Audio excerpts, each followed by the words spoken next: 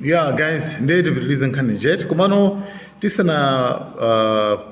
pitilize kwenikweni dzulo after taponya video panapeza kuona kuti pali ndithu makosana ena ali ku Israel, right? Ndi makosana amene wandithu ine ndinayankhula point yonena kuti komatu akuluakulu eti Israel yanyenyedwa. Ndi makosana awa since ali kumene koko, ndi to my thinking it's not a matter of kuti fayo wakutsutsa nakuti ife tili konkuno yemwe. And I think it's just a matter of afuna waone kungwauza wanthu kuti ife tili konkuno tili ku Israel. Yeah, kama chilungamo kuchidziwa bwinobwino kuti chilungamo ndichi chifukwa tonse we have seen tonse taonera, and even kuphatikizapo Trump watsimikiza ndithu kuti Israel was hit hard. These my ballistic missiles za ku Iran chanchane. They just Israel got hit very hard, especially the last couple of days. Israel was hit really hard. Those ballistic missiles, boy, they took out a lot of buildings. Yeah, then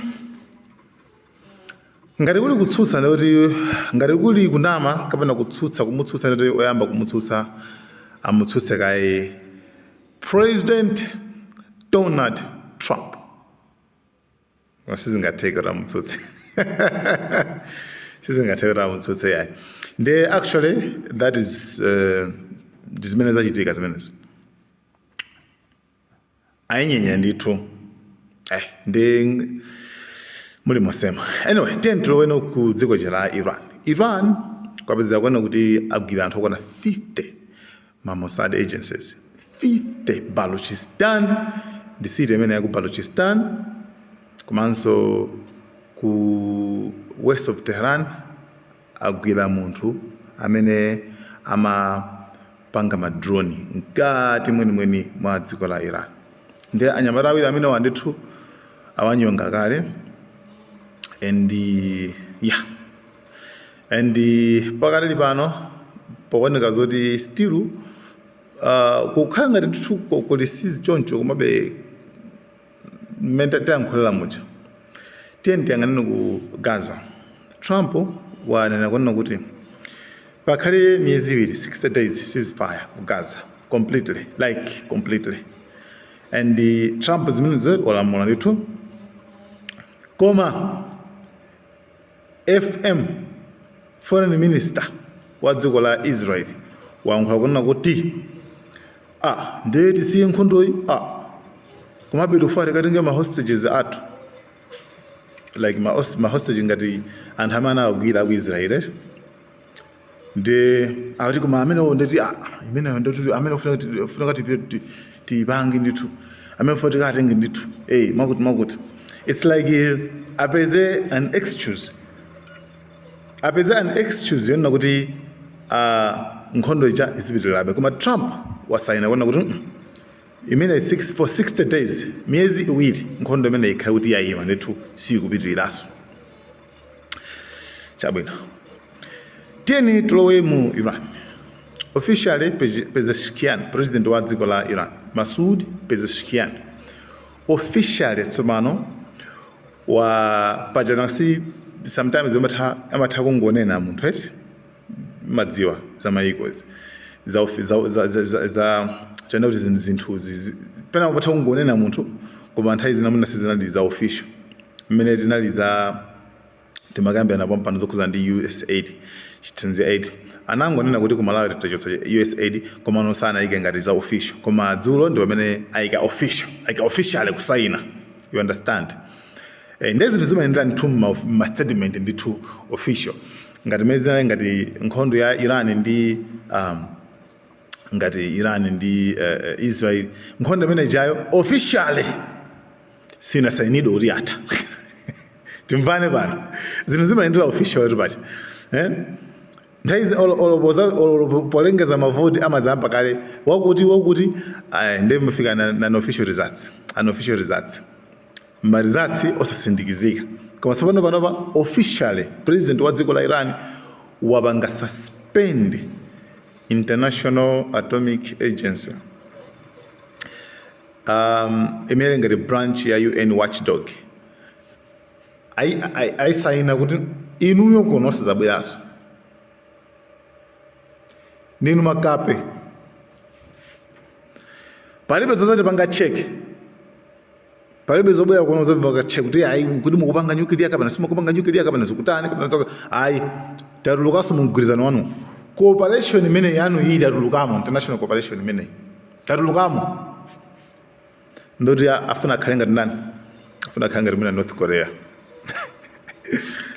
North Korea palibe amene makamanga cheki imene kuke umene kuti palibe makamanga cheki yau chamango chimango ndena ngasi sometimes ukafuna kupanga cooperate ndi international system anthu amazatenga advantage especially azungu sanga it's like sangadeleridwe cannot be trusted maonet sangadaleridwe ndi thupa zochita zawo ndi that's why zimapezeka kuti pali mavuto osiyanasiyana mwina Iran imapanga cooperate ndi international laws like to be honest apanga cooperate like pali zakuti imalembera kale UN pachitika zakuti koma amanoza kuti UN United Nations ya simasamala imakondera imakhala mbali ina yake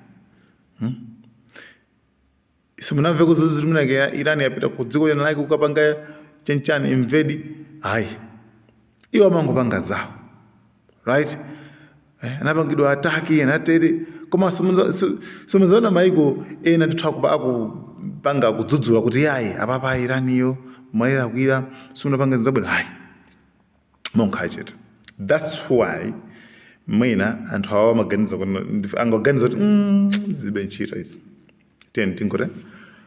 tingozetuluka kabwino ndi atuluka mu mgwirizano umenewo ndoti palibe sazowapanga zowapingapinga siponapo ndi sopano ndi man to man china ndichi chone top advisor wa supreme leader umene koko wabwera pa interview walongosola china chilichonse chimene chanchitikira kuti a Israel nazana kuti yamupha wabwera pa interview wabwera sipano akuyankha kuona kuti akuti chimene chinachitikira iyoyo nchona kuti atiwo amadziwa ndazi zake onse amene anamwalira amadziwa zoti actually Israel iyo panga ataki awapha koma iwo akuti analibe nazo ntchito ina iliyonse iwo amangodziwa kuona zoti ife tikhalabe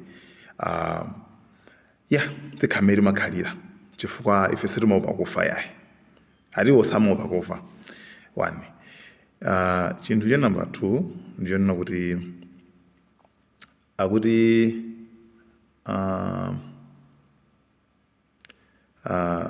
anangozindikira ngati inali nthawi mamawa ali nthawi ya mapemphero amammawa anapezeka kuona kuti anangozindikira ali pansi penipeni iseki zinthu zamugwera ndi ali maganizo make amana ngati ndichivomerezi ndiyebe atanudzuka anazisasa anali ngati pasi khangati zamuvindikira uku koma ali pasi koma still pali space ndiye akuti mmene kuja amaona ngati ndichivomerezi ndithu kenako anapemphera kuti pasi pacha ali mapemphero ammawawo anapemphera yeyo mmene amapempherera asilamu mamawa pacha mamawa chamona makuti na atapemphera akuti anabwera anamva sound ya galimoto kanako apapera naziziro si ujeni si chivomerezi ati Israel yandimenya ndiye kenako basi kenako akuti anazamuchotsa koma ye akudziwa anakhala 3 hours meneko ati koma ye akudziwa bwinobwino chimene chikuchitika like chilichonse intelligence yonse akuidziwa bwinobwino and why Israel ima kweni ikuchotsa ma top officials. Like, why Israel kupha anthu akuluakulu aikudziwa nanga akufuna za negotiations zonse akudziwa chimene chimachitika akuti nkhani ndionena kuti anthuwa amafuna makamaka awapange provoke anthu dzikolo alisinthe, like awasokoneze anthu mitu nanga si pa nthawi imene atsogoleri aphedwe, like madziwa dziko lichi kungumva president mulibe lumu wamwalira ndikuti anthu amakhala ngati dziko lopanda uchene ndi iwaja nazo zoti akufuna apange asokoneze anthu aziti basi maona asogolano osarana tawapha koma akuti